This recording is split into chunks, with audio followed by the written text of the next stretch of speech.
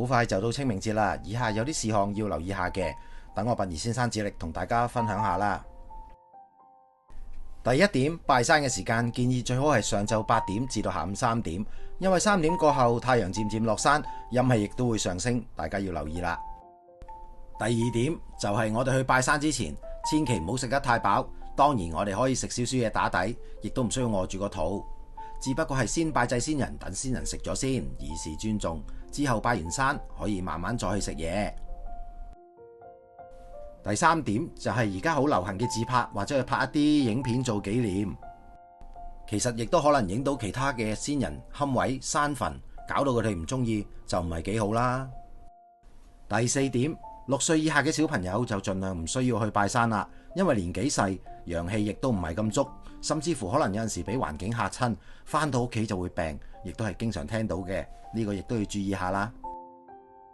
第五，出於對先人嘅尊重，我哋去拜祭，建議都係着翻素色衣服，背心、短褲呢啲就留翻平日去街先至着啦。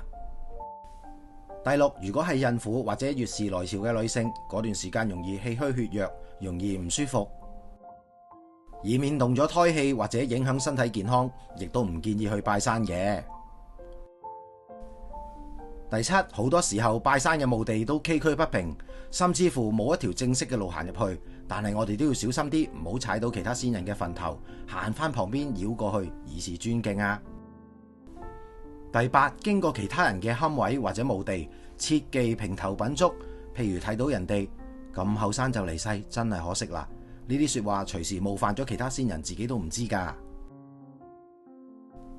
第九，祭品可唔可以現場食呢？其實以前有個食山頭嘅習慣，拜完山每人食一啲，傾下偈，聯絡下感情。但係如果怕去過墳場嘅祭品唔吉利，咁就每人攞啲生果走就可以啦。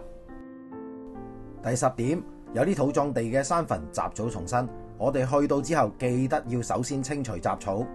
以免化寶嘅時候發生火災，影響咗先人，就唔係幾好啦。11點就係我哋去完拜山之後返到屋企，除咗沖涼洗頭之外，